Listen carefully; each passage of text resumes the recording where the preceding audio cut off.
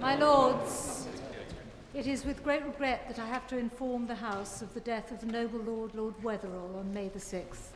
On behalf of the whole House, I express our condolences to his family and friends.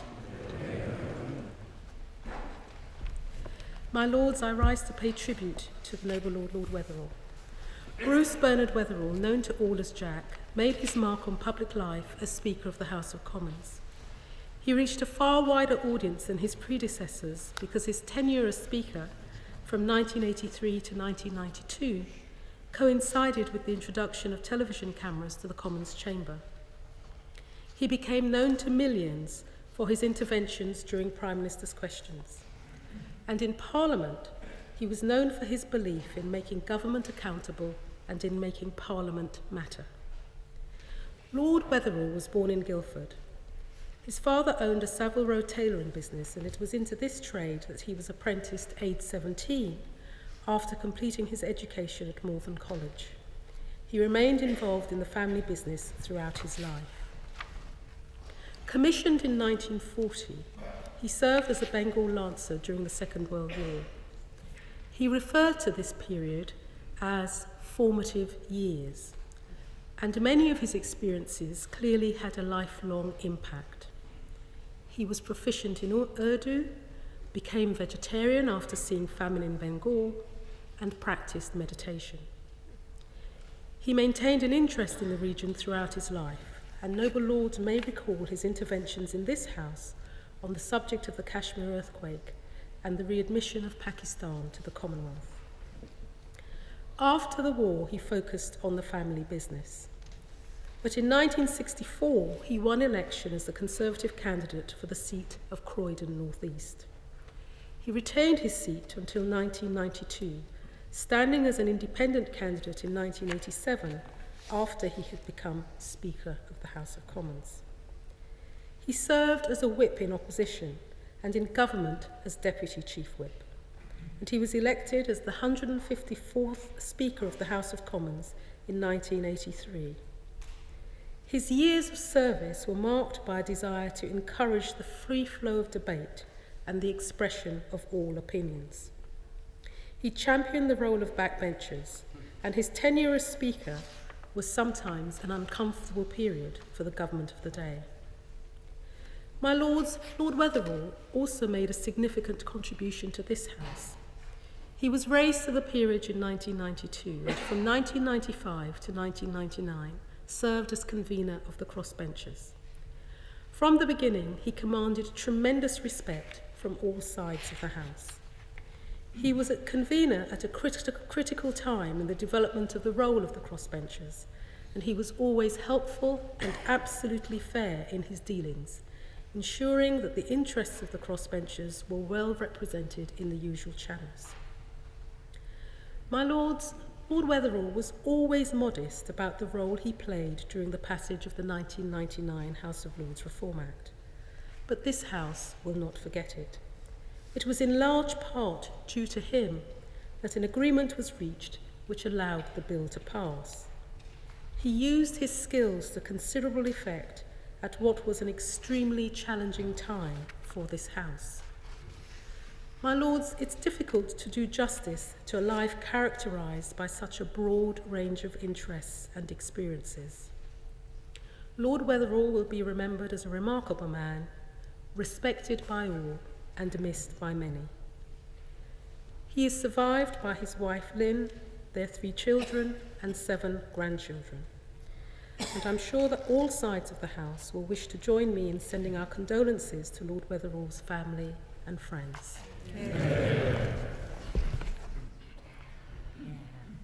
My Lords, may I, of course, agree wholeheartedly with the noble Baroness, the leader of the House, in everything she said about the late Lord Weatherill, whose death has saddened the whole House. How deeply we on this side, who were proud that he was a Conservative, share her expressions of sympathy for Lady Weatherill and his family.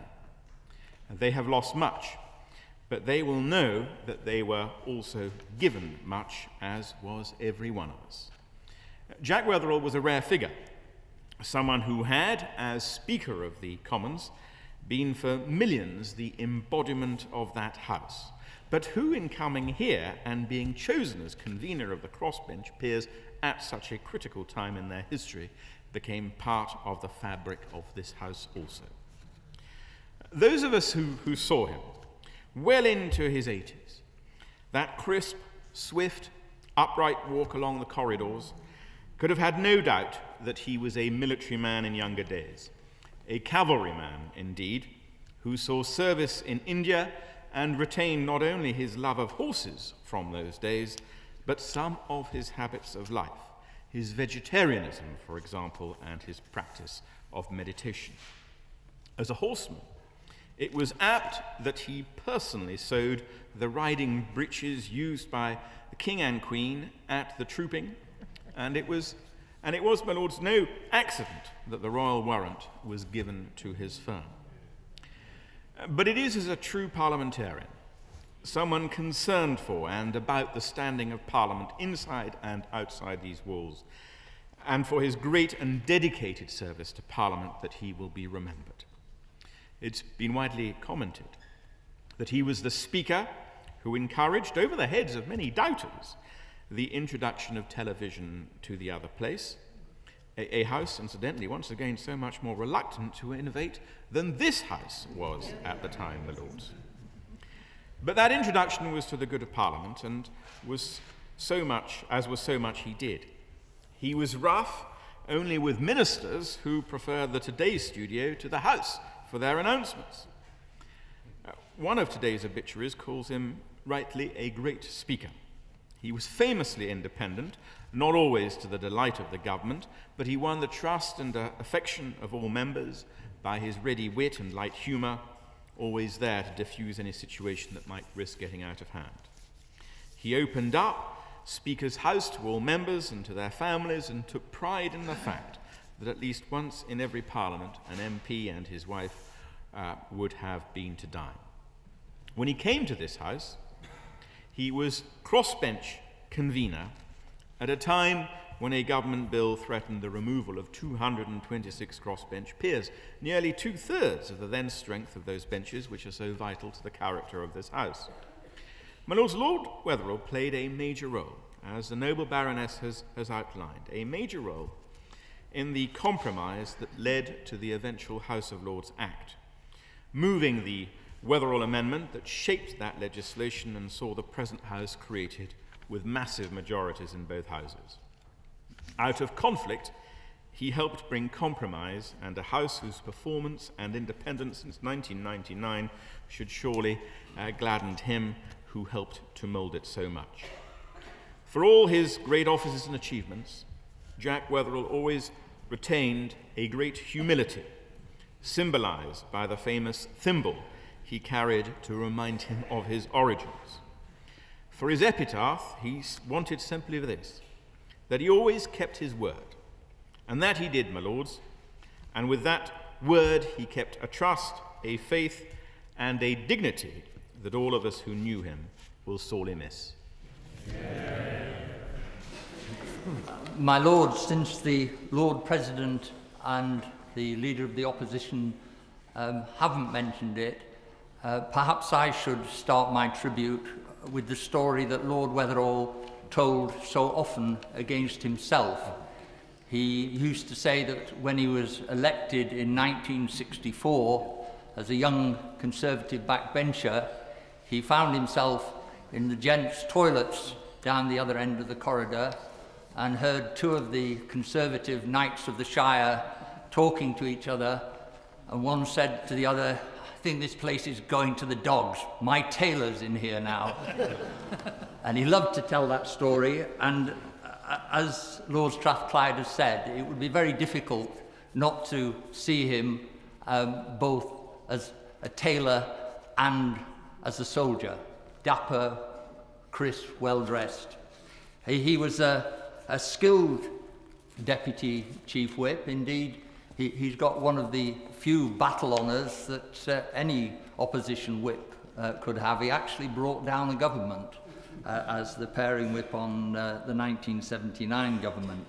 And as has been said, he was a respected Chairman of Ways and Means, and an even more respected speaker as our first TV speaker. I think the fact that he was able to move from a background as a whip to the leader of the convenor of Crossbenchers is a clue as well to his character, that he had an integrity, a personal integrity, that allowed him to be at certain times partisan and at other times absolutely neutral. I attended a dinner at the Pakistan High Commission once when he was there, and I was impressed then by his affection and deep knowledge of the subcontinent. As to the Weatherill Amendment, I was never in favour of the Weatherill Amendment, but I admired the skill with which he played poker with the government of the day, and they blinked first. And of course, apart from the epitaph given him by Lord Strathclyde, it can truly be said of him, if you seek his memorial, look about you. Lord Weatherill was a parliamentarian, one who had affection and respect at both ends of the corridor. We on these benches share the sense of loss that his family must feel at this moment and send them our deep condolences. My lords, this is a sad occasion for the whole house, the death of Bernard Weatherill, Jack Weatherill, always to his friends here, and I do express my sympathy, as others have, to Lynn and to his children. Today it's a particularly sad day for the Crossbenchers because Jack Weatherill was a most distinguished and most respected member of the Crossbench group, and here in Parliament we think of him first as a remarkable parliamentarian, embodying for me the very spirit of our democratic Parliament, as a member of the House of Commons, one of the most distinguished speakers of that House and a national figure in that office, and as a real star in this House. We on the Crossbenches also like to remember how he was always willing to share his knowledge and his experience, invariably helpful, often humorous, and a source of much wisdom. I had very many contacts with Jack Weatherill myself, in particular because he was one of my predecessors as convener of the Crossbenchers from 1995 to 1999. He was a true independent member and an independent spirit here, as we saw in the case of his role in the last reform of the membership of the House. I learnt a lot from him, and I can honestly say that I never once failed to enjoy our meetings and discussions. But not only did he give us of his experience in this House, but also more widely in the organisations and charities which he supported. I remember in particular the Industry and Parliament Trust, which he chaired for 9 years and supported very effectively over many years, reflecting both his affection for Parliament and his links with commerce and industry, particularly small businesses, since he was not only a great parliamentarian himself, but also from experience before he entered politics, he was actually the best tailor in the House.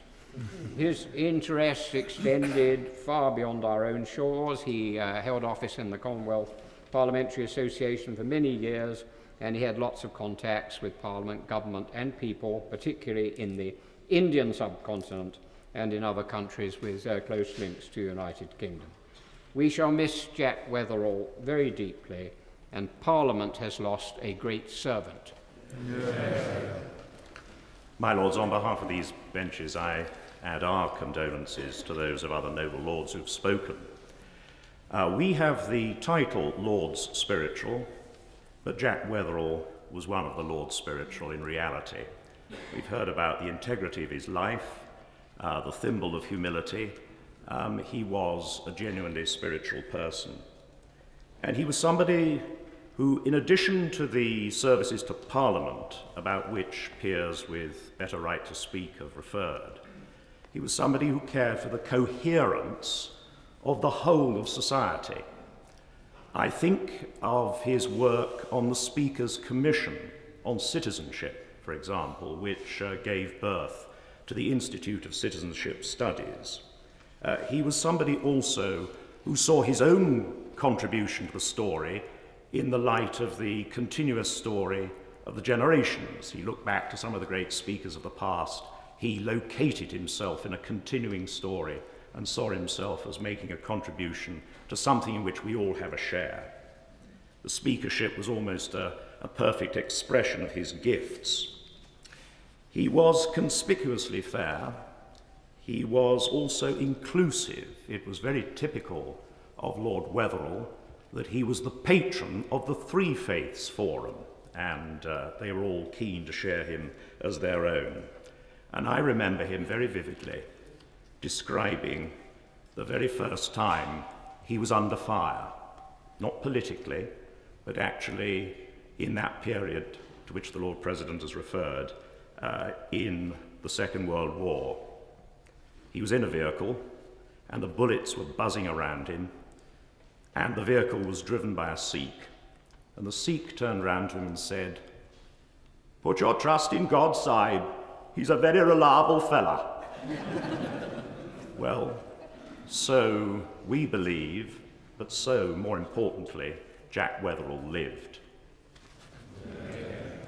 My lords, my first encounter with Jack Weatherill was when he was chairman of Ways and Means in the other place, and I had just been made a chairman of standing committees there. I was very wet behind the ears.